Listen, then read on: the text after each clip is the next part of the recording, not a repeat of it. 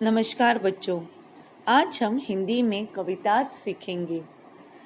कविता क्रमांक 7, नदी कंधे पर, प्रभुदयाल श्रीवास्तव। बच्चों, यह कविता कल्पना पर आधारित है। सभी को पता है नदी को कंधे पर उठाना नामुमकिन है, लेकिन कवि हमारे सामने ये कल्पना करते हैं, एक कल्पना रखते हैं कि यदि हम नदी को कंधे पर उठाकर अपने घर ले आते तो कैसा आनंद आता। ये नदी है। नदी कहाँ से निकलती है? पहाड़ों से। पहाड़ों से निकलकर बहते बहते वह सागर से मिल जाती है, तो उसे उठाना नामुमकिन है। तो चलिए देखते हैं कविता को।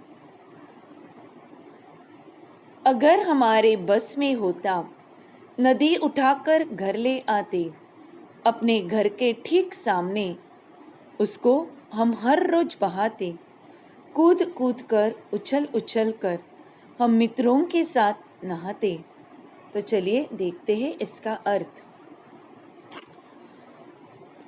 कवि हमसे कहना चाहते हैं, यदि हमारा वश चलता तो हम नदी को उठाकर घर ले आते और रोज अपने घर के सामने उसे बहाते। हम अपने मित्रों के साथ नदी में खूब उछलते कूदते और देर तक नहाते। बढ़ते हैं आगे। कभी तैरते कभी डूबते, इतराते गाते मस्ताते। नदी आ गई चलो नहाने, आमंत्रित सबको करवाते। सभी उपस्थित भद्र जनों को नदिया से परिचय करवाते। अगर हमारे मन में आता, झटपट नदी पार कर जाते।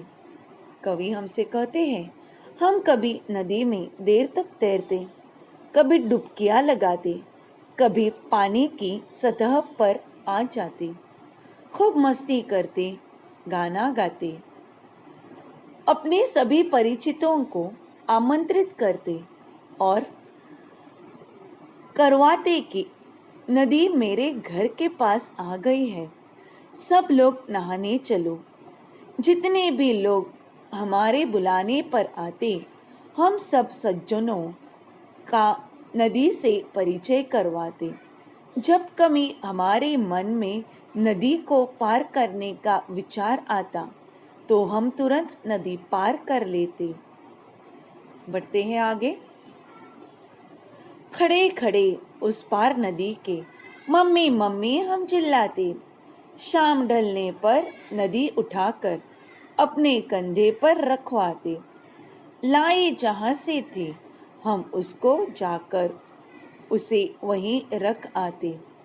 कवि हमसे कहते हैं, तब हम नदी के दूसरे ओर खड़े होकर जोर जोर से माँ को आवाज लगाते। जो माँ नदी के किनारे पानी भर रही है, खूब चिल्लाते। जब शाम रात में बदलने लगती, तब हम मित्रों की सहायता से नदी को अपने कंधे पर रखवाते और वहीं ले जाकर उसे रख आते जहाँ से उसे लाए थे। तो बच्चों, यह नदी जहाँ से निकलती है पहाड़ों से, उसे वहीं पे वापस छोड़ आते।